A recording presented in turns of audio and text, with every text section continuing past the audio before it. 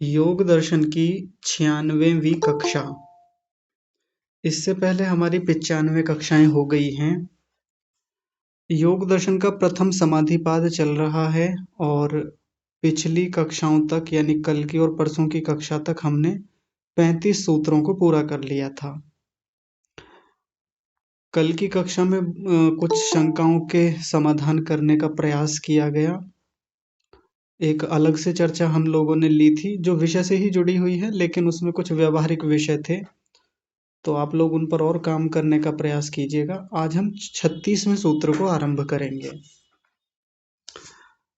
चित्त के परिकर्मों को हम देख रहे हैं। जो हमारा मन है, चित्त है, उसमें हम कुछ कर्म कर सकते हैं, कुछ विशेष काम कर ले मन के साथ तो हमारा मन बंधने लगता है, हमारा मन एकाग्र होने लगता है। ऐसी कुछ बातें बताई जा रही हैं, कुछ उपाय बताए जा रहे हैं। ध्यान से समझेंगे, एक बार सभी लोग यहाँ देखेंगे। 35वें सूत्र में बताया था कि एक प्रवृत्ति हमको बनानी है। कौन सी प्रवृत्ति? विषयवती प्रवृत्ति। जैसे ही हमारा चित्त किसी विषय में एकाग्र होने लगता है, भले वो संसार का विषय है, किसी भी वस्तु से संबंधित विषय है, जब उसमें अपने मन की धारणा लगाते हैं, मन को उसमें टिकाते हैं, तो मन की क्या होता है, स्थिति बंधने लगती है, मन एकाग्रता की ओर बढ़ने लगता है। यह विषय हमारा पिछले दिनों देखा गया। आज एक और उपाय लगभग ऐसा ही बता रहे हैं, इसी से जुड़ा हुआ है। अब जब इस पर चर्चा चलेगी तो सभी लोग अपनी अपनी आंतरिकता को देखते हुए, अपनी अपनी अनुकूलता को देखते हुए, अपनी अपनी सहूलियतें देखते हुए, अपनी योग्यता देखते हुए यह देखते चलेंगे कि क्या हम इस परिक्रम को कर सकते हैं, क्या हम भी इस पर काम शुरू कर सकते हैं, प्रयोग करके देख सकते हैं। यदि आपको अनुकूल लगता है तो फिर आप ऐसा भी करके देखिएगा। अगर हम इस प्रकार का प्रयोग करेंगे तो हमारे भीतर, हमारे मन के भीतर इतनी शानदार उपलब्धियां प्राप्त होंगी, इतने कमाल के अनुभव हमको होने वाले हैं, जिसकी चर्चा महर्षि व्यास जी आगे बताएंगे। तो इन सब बातों को ध्यान में रखते हुए चलेंगे। बड़े ध्यान से इस विषय को आज के समझने का प्रयास करेंगे। 36वां सूत्र है, बड़ा छोटा सा है दिखने में, लेकिन इसको बड़ा करेंगे। दिखने में छोटा है लेकिन इसको बड़ा करना होगा हमको। कैसे करेंगे अभी देखिए। सूत्र क्या है? विशोका व ज्योतिषमति। तीन ही शब्द हैं, विशोका व ज्योतिषमति। इसमें वा शब्द तो वही है जो विकल्प को दे रहा है, जो ये बताना चाह रहा है कि ये भी एक प्रयोग किया जा सकता है, अथवा के सेंस में है। अथवा पीछे वाला कोई प्रयोग कर लीजिए, पीछे वाला कोई परिक्रम कर लीजिए, या ये कर लीजिए, जो ठीक लगे, ये बताना चाह रहे हैं। और ये परिक्रम क्या है? तो जैसे पिछली वाली प्रवृत्ति का नाम था विषयवती प्रवृत्ति। देखिए मैंने उस सूत्र को यथावत रखा हुआ है ताकि आप लोग समझ सकें। विषयवती प्रवृत्ति। और आज की जो प्रवृत्ति है उसका नाम है ज्योतिषमती प्रवृत्ति। ज्योतिषमती प्रवृत्ति, नाम ध्यान रखिए। पिछली वाली कौन सी थी? विषयवती प्रवृत्ति। और आज की जो है उसका नाम है ज्योतिषमती प्रवृत्ति। सूत्र तो हमको छोटा सा दे रखा है, लेकिन पिछले सूत्र से जोड़ करके इसको बड़ा करेंगे। कैसे करेंगे? तो महर्षि व्यास जी बड़ा करवा रहे हैं इसको। देखिए उन्होंने कहा प्रवृत्ति रुत्पन्ना मनसः स्थिति निबंधनी। ये कहाँ आया था? पिछले सूत्र में आया था, देख लीजिए, ये रहा ना, प्रवृत्ति रुत्पन्ना मनसः स्थिति निबंधनी। वहां से जोड़ लेंगे तो पूरा सूत्र क्या बन जाएगा? विशोका व ज्योतिषमति प्रवृत्ति रुत्पन्ना मनसः स्थिति निबंधनी। है ना, आसान हो गया हमारे लिए। मतलब इसी सूत्र के साथ इसको जोड़ लेंगे जैसा पिछले सूत्र में आया था। ये पिछले सूत्र की तो बात लिखी हुई है। पूरा सूत्र क्या बनेगा एक बार फिर से देखिए आराम से। वहीं से शुरू करेंगे जो हमारा 36वां सूत्र है। देखिए विशोका व ज्योतिषमति प्रवृत्ति रुत्पन्ना मनसः स्थिति निबंधनी। ये पूरा सूत्र हुआ 36वां। अब आप लोग सोच रहे होंगे जब इतना बड़ा है तो फिर महर्षि पतंजलि जी ने पूरा क्यों नहीं लिखा? जरूरत नहीं थी इसलिए नहीं लिखा। हमको भी सेंस लगाना होता है, और जरूरत थी तो फिर महर्षि व्यास जी ने उसकी पूर्ति कर दी। और उन्होंने कहा कि प्रवृत्ति उत्पन्ना मनसः स्थिति निबंधनी इति अनुवर्तते। अनुवर्तते का मतलब होता है पीछे से उसकी अनुवृत्ति कर ली जाए, अनुवर्तन कर लिया जाए, उसी के पीछे पीछे चला जाए। जैसा पीछे देख के आए हैं हम, उन्होंने कह दिया, समझा दिया हमको। तो पूरा सूत्र क्या बन गया? विशोका व ज्योतिषमति प्रवृत्तिरुत्पन्ना मनसः स्थिति निबंधनी। ये हो गया सूत्र, ठीक है। अर्थ देख लीजिए, पहले सूत्र का अर्थ देख लेते हैं, फिर इसके व्यास भाष्य को विस्तार से समझेंगे और बड़े रोचक बड़े मजेदार आज के प्रयोग होने वाले हैं। विशोका शब्द है पहला, विशोका। विशोका का मतलब क्या होता है? तो विशोका से पहले हम शोक को समझें, शोक या शोका। शोक का मतलब क्या होता है? जैसे घर में किसी की मृत्यु हो जाए, कोई दुख आ जाए, अचानक से एक्सीडेंट हो जाए, किसी का दुर्घटना हो जाए, तो व्यक्ति बहुत लंबे समय तक दुख जैसी स्थिति में रहता है, परेशान रहता है, भीतर से उदासी रहती है, उसको शोक कहते हैं। और विशोका का मतलब क्या हो गया? जब वी लगा दिया तो विशेष रूप से शोक होता है जब किसी को। और विशेष का मतलब होता है भिन्नता के सेंस में, एकदम ऑपोजिट, विपरीत।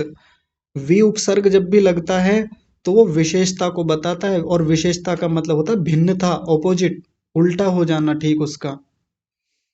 तो शोक का मतलब हो गया दुख वाली स्थिति, और विशोक का मतलब हो गया, या विशोका का मतलब हो गया जिसमें दुख ना हो, जिसमें किसी प्रकार की कोई परेशानी, चिंता, खिन्नता, फ्रस्ट्रेशन वो है ही नहीं, उदासी है ही नहीं, इसको कहा जाता है विशोका। ठीक है।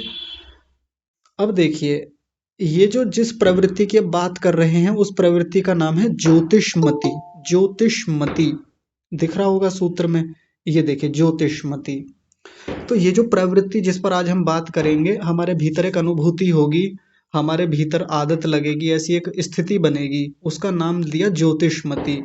और ज्योति शब्द से आप समझते ही हैं, ज्योति का मतलब होता है प्रकाश वाली, जिसमें प्रकाश होता है। ऐसी प्रवृत्ति मन के भीतर बनेगी, प्रकाश वाली, प्रकाश दिखाई देंगे हमको, प्रकाश जैसी अनुभूतियां होंगी। और उसके लिए विशेषण बताया विशोका। जब हमको वैसी वैसी अनुभूतियां हो रही होंगी हमारे मन के भीतर, आत्मा के भीतर या बुद्धि के भीतर, तो फिर वहां शोक रहित स्थिति होगी। ये नहीं कह रहे हैं कि बहुत आनंद होगा, बहुत बड़ा सुख होगा, बस इतना कह दिया कि वहां शोक नहीं होगा, वहां किसी प्रकार से कोई बाधा नहीं होगी, कोई चिंता नहीं होगी, ये कह रहे हैं। और ये प्रवृत्ति बड़ी सुंदर प्रवृत्ति है, बहुत प्यारी है।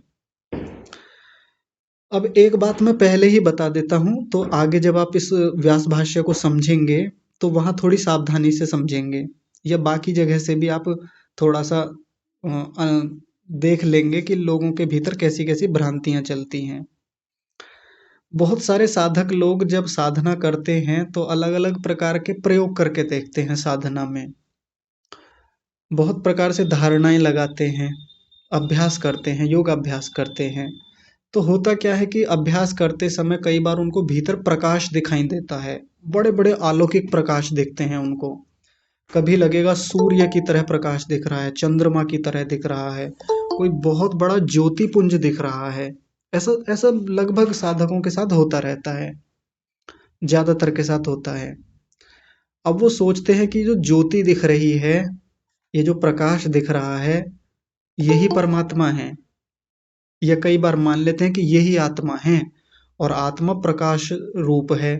और जैसा वेदों में भी हम पढ़ते हैं, या वेद मंत्रों में भी पढ़ते हैं, कई जगह आता है कि वो परमात्मा प्रकाश स्वरूप है।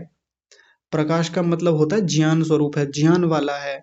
लेकिन हम ज्ञान को तो भूल जाते हैं और हम सोच लेते हैं कि परमात्मा में से कोई लाइट निकल रही होगी, कोई प्रकाश निकल रहा होगा, ऐसा होता है परमात्मा। और जब इस प्रकार की प्रवृत्ति बनाते समय, योगाभ्यास करते समय प्रकाश दिखता है, तो उसी को परमात्मा मान बैठते हैं, आत्मा मान बैठते हैं कि यही है आत्मा, यही है परमात्मा। क्योंकि बाहर से सुन रखा है ऐसा ही, और शास्त्र को ऊपर ऊपर से पढ़ के निकल गए, सूत्र सूत्र पढ़ लिए हैं, या मोटा मोटा व्यास भाष्य पढ़ लिया, ठीक से पढ़ा भी नहीं, कुछ का कुछ मान लेते हैं।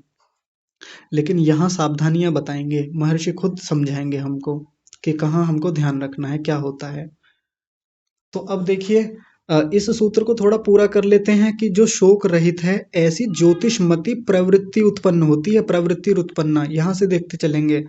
और वो जो प्रवृत्ति मन के भीतर होती है, वो जो अनुभूति होती है, आदत लगती है हमको उस चीज की, वो क्या होती है? मन सह स्थिति निबंधनी, मन की स्थिति को बांधने वाली होती है। यानी हमको अपने भीतर प्रकाश जब दिखाई देगा, भीतर बहुत सारे अनुभव होंगे, बड़ी व्यापक व्यापक चीजें दिखेंगी भीतर। क्या दिखेंगी अभी समझेंगे। तो जब वो भीतर एक अनुभूतियां बनेगी, तो वो अनुभूति, वो प्रवृत्ति क्या करेगी? मन को बांधेगी हमारे, यानी मन को नियंत्रित करने में, मन को एकाग्र करने में बहुत सहायता करेगी। चमत्कार नहीं देखना वहां पे जाके कि चमत्कार देखेंगे तो इसलिए चलेंगे या कुछ और देखने के लिए जाना है, बाकी सब बाद में देख लेंगे। मुख्य काम है मन को टिकाना, मन को रोकना। मन रुक जाए, मन स्थिर होने लगे, मन एकाग्र हो जाए हमारा, फिर संसार में ज्यादा बड़ी चुनौतियां रह नहीं जाती कुछ पाने के लिए। तो आगे देखिए, अब महर्षि प्रयोग बता रहे हैं, कह रहे हैं कि इसमें होता क्या है, कैसे होता है। उन्होंने बताया, हृदय पुंडरीके धारयतो वा बुद्धि संवित बुद्धि सत्वम ही भास्वरम आकाशकल्पम। पहले यहां तक देख लेते हैं और इसमें भी थोड़ा पीछे तक देखते हैं। सबसे पहला शब्द है हृदय पुंडरीके। हृदय का मतलब आप समझते ही हैं, हमारा जो हृदय प्रदेश है, हृदय का स्थान है, जिसको दिल भी कहते हैं। और पुंडरीक का मतलब होता है कमल। कमल, कमल का पुष्प होता है ना। तो हमारा जो हृदय है, उसको कमल की तरह समझा जाता है कि वो कमल की तरह होता है। जैसे आधा खिला हुआ कमल का फूल होता है, कली से थोड़ी आगे की स्थिति और पूरे खिले हुए कमल से कुछ पहले की स्थिति। ये वाला हृदय नहीं होता जैसा वो आजकल दिखाया जाता है। ये हृदय या दिल नहीं होता, ये तो फालतू में पता नहीं कहाँ से पान के पत्ते का स्वरूप बना दिया। हृदय कुछ और होता है, जो आपने देखा होगा इंटरनेट वगैरह पे या पुस्तकों में, चित्रों में देखते रहते हैं। तो हमारा जो हृदय पुंडरीक है, यानी भीतर जो हृदय है, कुल मिला के उसी की बात की जा रही है। हृदय का जो कमल जैसा स्थान है, कमल की तरह दिखता है। धारयतो, उसमें धारणा करने से, या माने जो, बुद्धि संवित, बुद्धि की संवेदना होती है, यानी बुद्धि का बोध होता है, बुद्धि का साक्षात्कार होता है। क्या मतलब हुआ, क्या समझ में आया? कि जब हम अपने हृदय प्रदेश में, हृदय पुंडरीक में धारणा करते हैं, अपने मन को टिकाते हैं, तो ऐसा करने से बुद्धि का साक्षात्कार होता है, बुद्धि का पता चलता है बुद्धि होती कैसी है। साक्षात्कार होने का मतलब ये नहीं कि बिल्कुल दिख जाएगी कि इतनी बड़ी है, इतनी छोटी है, ऐसी है वैसी है, ये मतलब नहीं है यहाँ पर। मतलब उसके बारे में ठीक ठीक बोध हो जाता है हमको कि बुद्धि कैसी है, कहाँ है हमारे शरीर में, क्या उसका काम होता है, कैसे कार्य करती है, कैसे निश्चय कराती है हमको, ये पता चल जाता है। इसी को कहा बुद्धि संवित। और संवित का मतलब होता है साक्षात्कार हो जाना, बोध हो जाना। अच्छा, किसी का कैमरा ऑन ऑन है तो वो बंद कर लीजिए, यानी वीडियो खुले हुए हैं कई लोगों के। सुधा मित्तल माता जी, मुनेश जी हैं, हरीश खुराना जी हैं, इतने सारे लोगों के वीडियो खुले हुए हैं, बाकी लोगों का भी ध्यान भटकता है फिर उधर।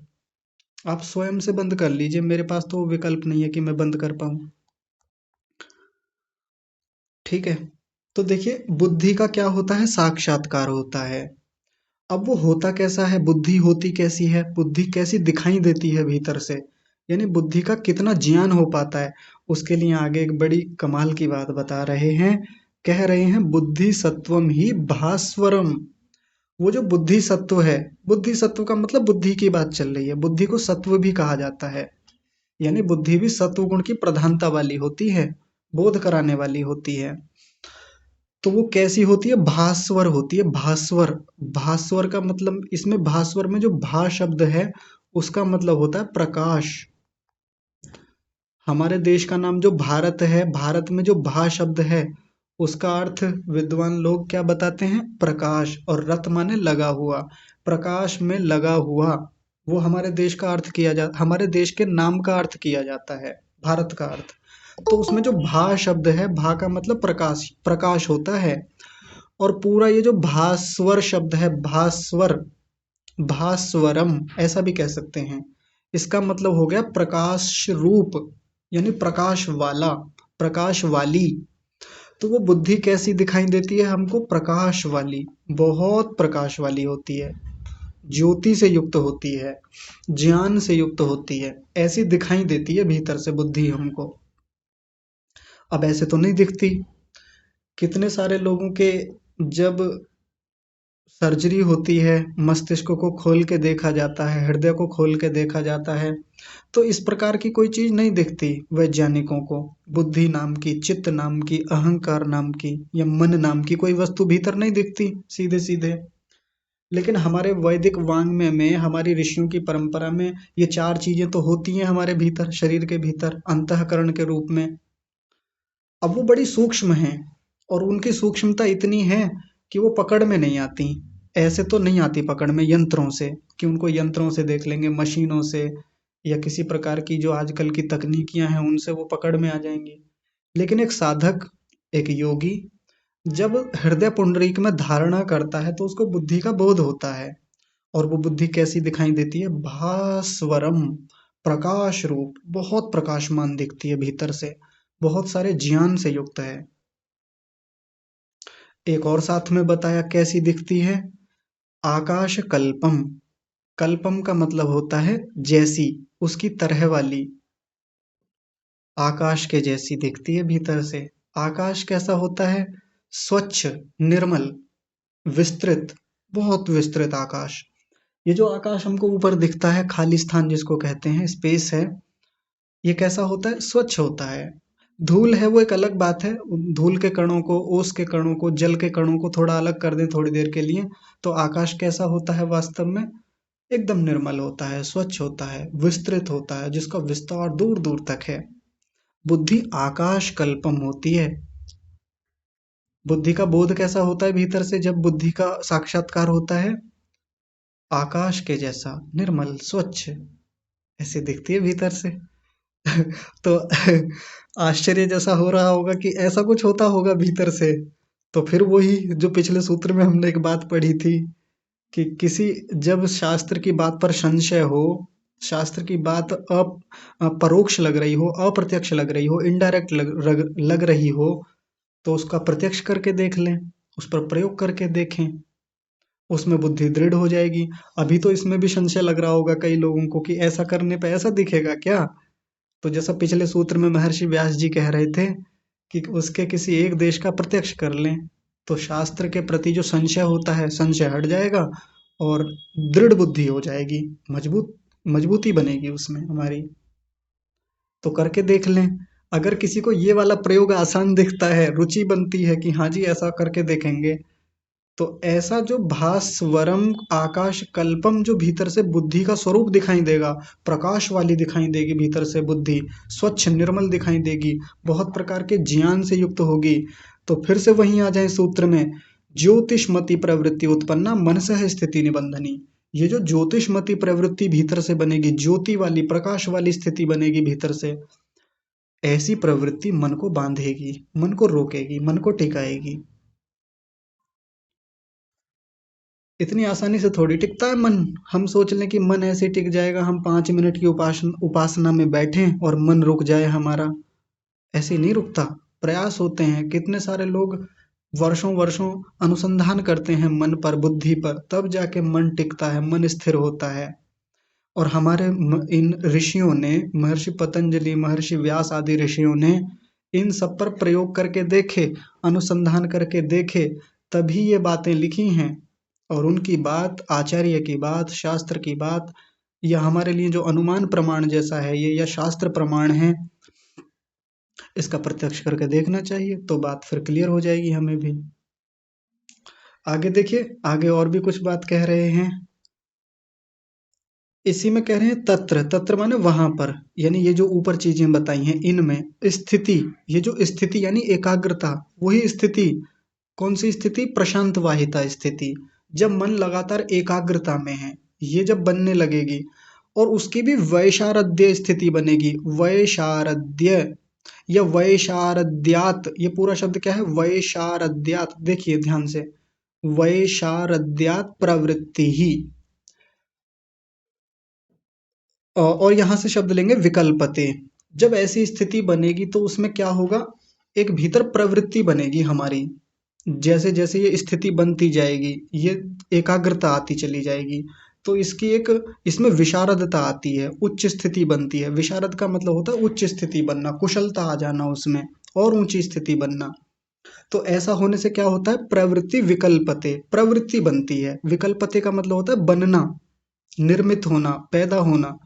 ऐसी प्रवृत्ति पैदा होती है, और वो प्रवृत्ति कैसी होती है भीतर से, तो उसके लिए कुछ शब्द दिए, कुछ उदाहरण दिए। कह रहे हैं वो प्रवृत्ति होती है सूर्येंदु, सूर्य जमा इंदु, साथ में ग्रह, मणि, प्रभा रूपाकारेण विकल्पते। तो वो जो भीतर से प्रवृत्ति बनती है वो कैसी होती है, सूर्य के समान। सूर्य के साथ लगाएंगे प्रभा रूपाकारेण, सूर्य के प्रभा, प्रभा माने प्रकाश, सूर्य के प्रकाश के जैसी स्थिति होती है। इंदु प्रभा रूपाकारेण, या इंदु के प्रकाश के समान होती है। इंदु यानी चंद्रमा। आप जानते होंगे कि इंदु चंद्रमा का पर्यायवाची शब्द है। तो वो जो भीतर प्रकाशमान स्थिति दिखेगी, भास्वरम, भास्वरम यानी वो जो प्रकाश जैसी स्थिति होगी वो कैसी होगी, सूर्य के प्रकाश के समान बनने वाली होगी, चंद्रमा के प्रकाश के समान, या ग्रहों में से जैसे प्रकाश आता है वैसी दिखेगी हमको। अब आपको लगेगा कि ग्रहों में से भी प्रकाश आता है क्या, तो जिन ग्रहों में से आता है, जैसे शुक्र नाम का एक ग्रह होता है, आप लोग जानते होंगे, शुक्र एक ग्रह है, बहुत चमकीला ग्रह होता है। जिन लोगों ने भूगोल पढ़ा होगा कभी तो वो जानते होंगे, बड़ा चमकीला ग्रह होता है। उसमें से बहुत प्रभा निकलती है, प्रकाश निकलता है। बहुत सारे तारे ऐसे होते हैं, नक्षत्र होते हैं, जिनमें से प्रभा निकलती है, प्रकाश निकलता है। मणि होती है, रत्न होते हैं, जब उन पर बाहर से कोई प्रकाश पड़ता है तो चमक उठते हैं बहुत तेजी से। तो जैसा उनका प्रकाश होता है वैसी ही स्थिति हमारे भीतर बनती है, वो प्रवृत्ति हमारे भीतर तैयार होती है, उसको समझा रहे हैं।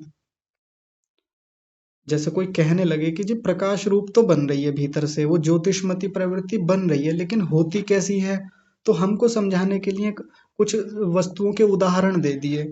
सूर्य की तरह दिख सकती है, चंद्रमा की तरह, ग्रहों की तरह, मणि की तरह दिख सकती है, जैसे इनमें प्रकाश होता है वो चीजें भीतर दिखेंगी।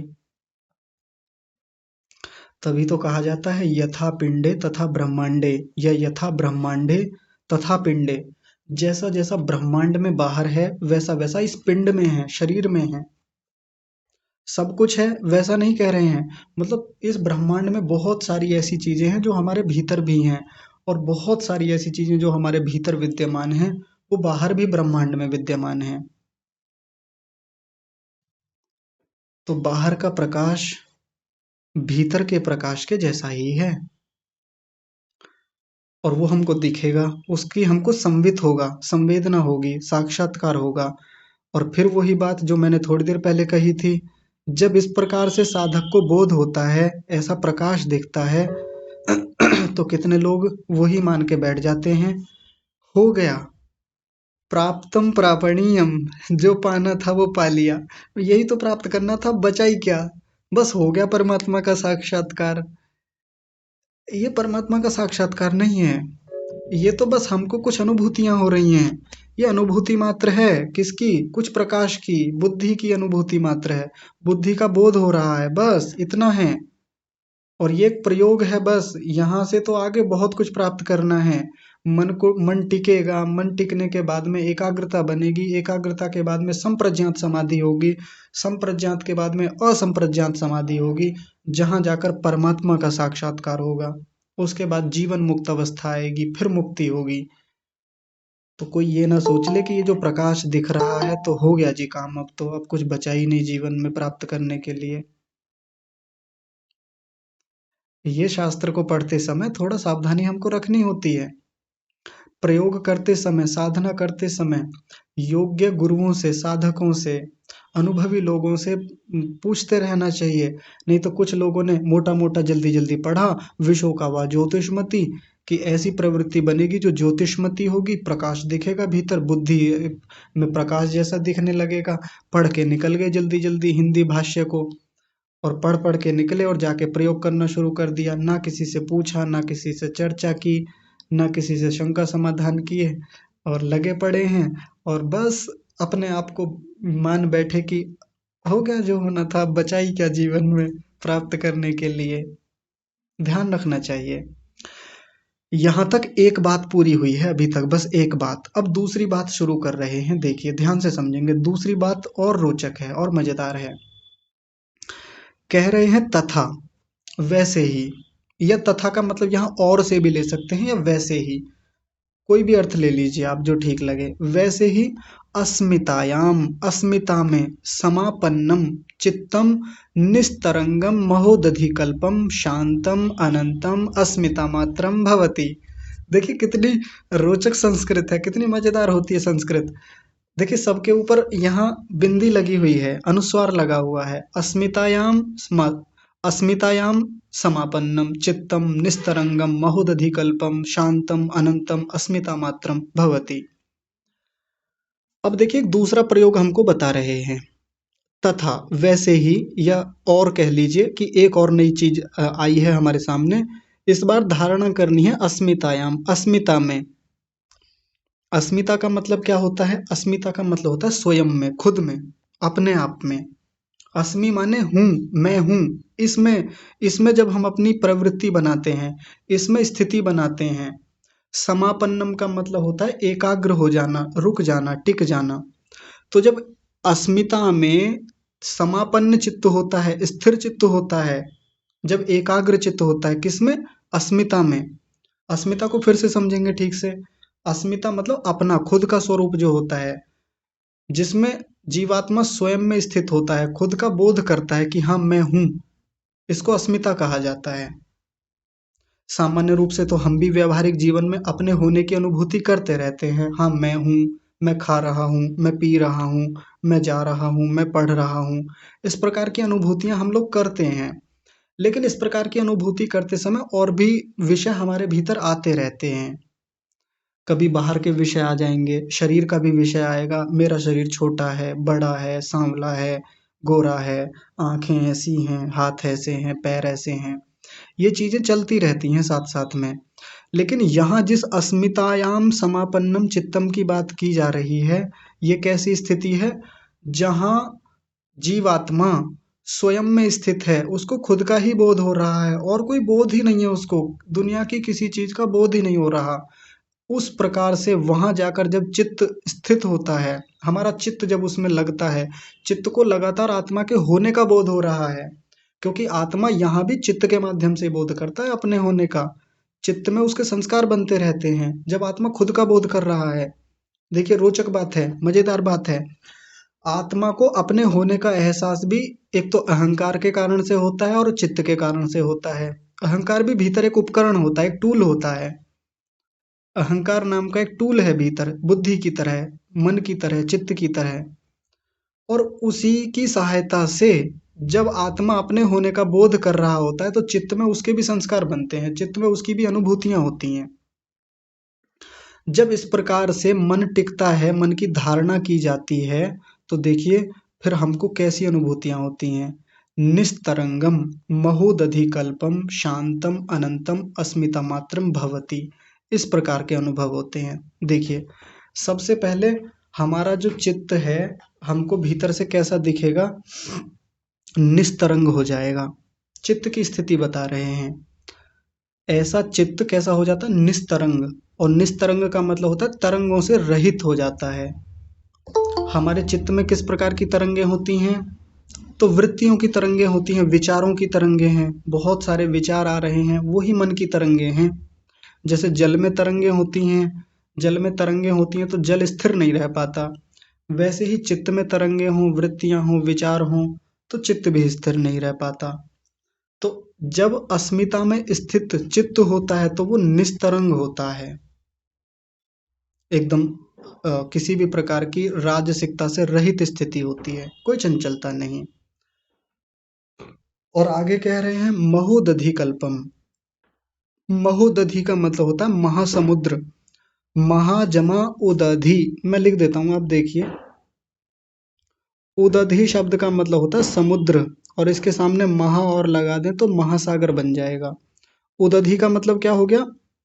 समुद्र, और महाउदधि का मतलब हो गया महासमुद्र। यानी एक ऐसे समुद्र जैसी स्थिति भीतर हमको दिखाई देती है, चित्त के भीतर, आत्मा के भीतर। हमको अपना चित्त या हमारा आत्मा ऐसा दिखेगा कि जिसका कोई और छोर ही नहीं है। जैसा समुद्र होता है, समुद्र में मान लीजिए बीच समुद्र में हम पहुंच जाएं तो उसका कोई और छोर दिखाई नहीं देता। हालांकि और छोर होता है, उसकी भी एक स्थिति होती है, सीमा अपनी होती है प्रत्येक समुद्र की। लेकिन फिर भी जब भीतर समुद्र में पहुंचते हैं, या कोई गोताखोर समुद्र में नीचे डूब जाए, नीचे गोता लगाने चला जाए, तो उसको कैसा लगता है कि समुद्र का कोई और छोर ही नहीं है, नीचे तक भी जा रहा है, कोई तलहटी नहीं मिल रही है उसको। किसी एक किनारे पर पहुंचना पहुंचना चाह रहा है, लगातार तैर रहा है भीतर, लगातार प्रयास कर रहा है, लेकिन उसका कोई छोर, कोई सीमा, कोई प्राप्त हो ही नहीं रही है। हमें अपने चित्त के भीतर बिल्कुल यही स्थिति भीतर दिखाई देती है। कब? जब अस्मिता में चित्त समापन्न होता है, अस्मिता में हमारा मन टिक जाता है, एकाग्र होता है। और क्या होता है? शांतम, शांत स्थिति होती है भीतर से। किसी प्रकार की कोई तरंगे नहीं, किसी प्रकार का कोई विचार नहीं, कोई वृत्ति नहीं, किसी प्रकार की कोई अनुभूति नहीं। कौन सी अनुभूति? जो बाहर के संसार की अनुभूतियां हैं, या बाकी अन्य विषयों की अनुभूतियां हैं। कोई अनुभूति, कोई किसी प्रकार का ज्ञान नहीं है, कोई बोध नहीं है। बस अपने होने का बोध है, आत्मा को अपनी स्थिति का पता चल रहा है। ऐसी चित्त में स्थिति बन रही है। एक बताया अनंतम। अनंतम, हमको अपना चित्त या मन की स्थिति या आत्मा की स्थिति कैसी दिखती है? अनंत जैसी स्थिति। होती नहीं है अनंत, लेकिन वो अनंत जैसी लगती है। कि जो अनुभूति है आत्मा की भीतर से, अनंत जैसी है, जिसका कोई और छोर ही नहीं है। अनुभूति पे अनुभूति हुए जा रही है, दूर तक टटोल रहे हैं कि आत्मा कहाँ तक है, तो अनंत जैसा दिखता है।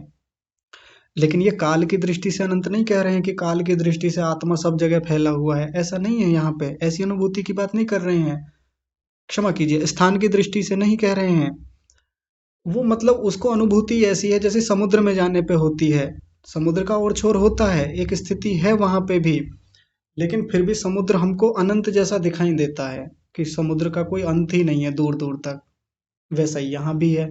तो इस अनंत शब्द को देख के कोई ये ना समझ ले कि आत्मा भी अनंत होता है।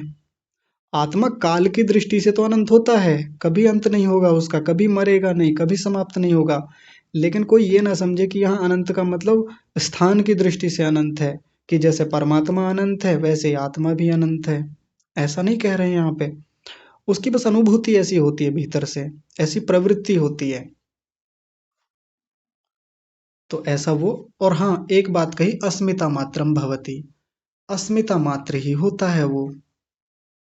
हमारा जो चित्त है भीतर से अस्मिता मात्र हो जाता है। बस खुद के होने का बोध है उसमें, और कोई बोध ही नहीं है। और ये सामान्य स्थिति नहीं है। किसी को लगेगा कि ये कैसी बात है, समझ में नहीं आ रही है, ये बड़ी अटपटी सी है, बड़ी अजीब है। लेकिन किसी भी साधक के लिए ये संसार की सबसे बड़ी उपलब्धियों में से एक उपलब्धि है, जब उसको खुद के होने का बोध होने लगता है। अपने ही होने का बोध है, बाकी और कोई अनुभूति नहीं है। निस्तरंग स्थिति, भीतर से चंचलता खत्म है, लगातार प्रशांत वाहिता स्थिति है। महोदधिकल्पम, समुद्र के समान स्थिति बनी हुई है, शांत है और अनंत जैसी है। ये हो गया। आगे देखिए, आगे एक बात कह रहे हैं, यत्र इदम उक्तम। यत्र इदम उक्तम, यत्र माने वैसे ही, इदम माने यह, उक्तम माने कहा गया है, वैसे ही कुछ कहा गया है। यानी एक किसी वाक्य की बात कर रहे हैं। एक वाक्य है, प्रसिद्ध वाक्य। वो क्या है? तम अणुमात्रम आत्मानम अनुविद्य अस्मि इति एवं तावत् संप्रज्ञा तावत् संप्रज्ञानीते इति। वो कह रहे हैं तम अणु मात्रम, वो आत्मा कैसा दिखता है भीतर से, आत्मा की अनुभूति कैसी होती है? अणु मात्र। तो देखिए यहाँ पर निवृत्ति कर दी। यदि कोई ये सोचे कि आत्मा तो अनंत होता है, आत्मा तो परमात्मा के जैसा ही होता है, जैसा परमात्मा दूर दूर तक फैला हुआ है वैसे आत्मा भी फैला हुआ है, मना कर रहे हैं कि उस आत्मा की अनुभूति कैसी होती है? अणु मात्रम, अणु मात्र है आत्मा, अणु के जैसा है। कितना छोटा है ये नहीं लिखा यहाँ पे, लेकिन अणु जैसा है वो, बहुत छोटा है, एक देशीय है। आत्मानम, वही आत्मा। अणुमात्रम आत्मानम, वो आत्मा कैसा है? अणु मात्र है। अनुविद्य, ऐसा उसको बोध होता है, ऐसी उसकी अनुभूति होती है। अस्मि इति एवं, अस्मि इति एवं, अस्मि का ही बोध रहता है, मैं हूं मैं हूं मैं हूं, बस ऐसा बोध रहता है उसको। अणु मात्र बोध होता है कि अणु मात्र है, और क्या बोध होता है साथ में? अस्मि इति एव, मैं हूं, मैं ही हूं। अभी तो हमको अपने होने का ही बोध नहीं रहता। सामान्य रूप से थोड़ा बहुत बोध होता है हमको अपने होने का, लेकिन आप लोग विचार करके देखिए, जब हम ये सोचते हैं कि मैंने खाया, मैंने पिया, मैं नहाया, मैं उठा, मैं सोया, तो उस समय हम शरीर को ध्यान में रख के सोच रहे होते हैं। मैं इतना बड़ा हूँ, मैं इतना छोटा हूँ, मैं बुद्धिमान हूँ, मैं आचार्य हूँ, मैं छात्र हूँ। ये जब हम सोच रहे होते हैं तो शरीर को ध्यान में रख के सोच रहे होते हैं। लेकिन ये जो स्थिति है, जब आत्मा अणु मात्र आत्मानम अनुविद्य, ऐसा उसको अनुविद्य हो रहा होता है, ऐसी अनुभूति हो रही होती है, ज्ञान हो रहा होता है। और साथ में क्या ज्ञान है? अस्मि इति एवं, मैं हूँ, बस इतना ज्ञान है उसको। कहने को तो ये लगेगा कि बस इतना ही ज्ञान ज्ञान होता है, इतनी अनुभूति होती है, मैं हूँ इतनी सी। लेकिन ये संसार की सबसे बड़ी अनुभूतियों में से एक है, अपना ही होने का बोध होना, जहाँ और कोई बोध ही नहीं है, यानी अपने स्वरूप में स्थित होता है आत्मा। तावत संप्रज्ञानीते इति, इस प्रकार का उसको ज्ञान होता रहता है सम्यक रूप से, ये कहना चाह रहे हैं। और ये ज्ञान संप्रज्ञानीते, सम्यक रूप से होता है, प्रकर्ष रूप से होता है। समुपसर्ग प्रउपसर्ग पीछे भी आए हैं ना, ये तो आप तो जानते ही होंगे इनके बारे में। अब देखिए, बस अंत में एक बात कही है और इसको समाप्त करते हैं। कह रहे हैं, एषा द्वयी विशोका विषयवती अस्मिता मात्रा च प्रवृत्ति ज्योतिषमति इति उच्यते। एषा माने ये जो ऊपर दी गई है, ये द्विवचन में कहा गया है कि ये जो ऊपर जो स्थिति बताई है, ऊपर जो प्रवृत्ति बताई है, कितनी है? द्वयी, दो प्रकार की है। एक तो विशोका विषयमती, विषयवती, विशोका वाली। कौन सी विशोका वाली? जो ऊपर हृदय पुंडरीक में लगाने वाली बताई थी, कि हृदय पुंडरीक में जब ध्यान को लगाते हैं तो बुद्धि का बोध होता है, एक तो वो प्रकार हो गया। दूसरी है अस्मिता मात्र, ये जो अस्मिता में बताया था, तथा अस्मितायाम समापन्नम चित्तम, एक दूसरी प्रवृत्ति ये हो गई, दो हो गई ना। एक तो विशोका विषयवती जो ऊपर बताई है वो, और दूसरी अस्मिता मात्र, ये दो। इनको क्या कहा जाता है साथ में, इन दोनों प्रवृत्तियों को? ज्योतिषमती प्रवृत्ति। ये दोनों ज्योतिषमती प्रवृत्ति के प्रकार हैं। ज्योतिषमती प्रवृत्ति कितने प्रकार की है? दो प्रकार की, एक तो विशोका विषयवती और दूसरी अस्मिता मात्र। इति उच्यते, ऐसा कहा जाता है। आप लोग लिख लीजिएगा, दो प्रकार हैं, विशोका विषयवती और दूसरी अस्मिता मात्रा। विशोका विषयवती वो है जिसमें हृदय पुंडरीक में मन को टिकाया जाता है और बहुत प्रकार के वहां से प्रकाश की स्थितियां दिखती हैं। और दूसरी है अस्मिता मात्रम समापन्नम चित्तम वाली, जहाँ खुद में अपने चित्त को लगाया जाता है, अस्मिता मात्र में चित्त को स्थिर किया जाता है, एक वो हो गई। और ये दोनों होती ही ज्योतिषमती प्रवृत्ति हैं, ज्योतिषमती प्रवृत्ति के प्रकार हैं ये। बस अंत में एक बात कही है, यया, ये वाली जो प्रवृत्ति है, कौन सी? ज्योतिषमती, जिसकी पूरी चर्चा ऊपर से नीचे तक चल रही है, वो वाली। योगिनश्चित्तम स्थिति पदम लभत इति, योगी के चित्त को स्थिति पद का लाभ देती है ये, यानी योगी के चित्त को, मन को स्थिति में ला देती है। स्थिति मतलब प्रशांत वाहिता स्थिति में लाती है, मन को नियंत्रित कर देती है, मन को एकाग्र करने वाली होती है योगी के चित्त को। ध्यान से समझिए, योगिनश् चित्तम लिखा है, सामान्य मनुष्य की बात नहीं है कि कोई भी कर लेगा इस काम को, योगियों के स्तर की बात है। जो योगी इस प्रकार के अभ्यास करते हैं उनका मन एकाग्रता में जाता है, स्थिति बनती है उनकी। आप लोग आज के इस विषय पर विचार कीजिएगा। मेरी ओर से तो समाप्त होता है 36वां सूत्र। किसी को कोई बात समझ में ना आए, कोई इसमें कोई शब्द समझ में ना आए, कोई सिद्धांत समझ में ना आए तो आप पूछिएगा। कल की कक्षा में शंका समाधान का सत्र रखेंगे। आज की कक्षा को यहीं विराम देते हैं। आप सभी का जुड़ने के लिए बहुत धन्यवाद और विशेष रूप से धन्यवाद परमपिता परमात्मा का। आप सभी को सादर प्रणाम।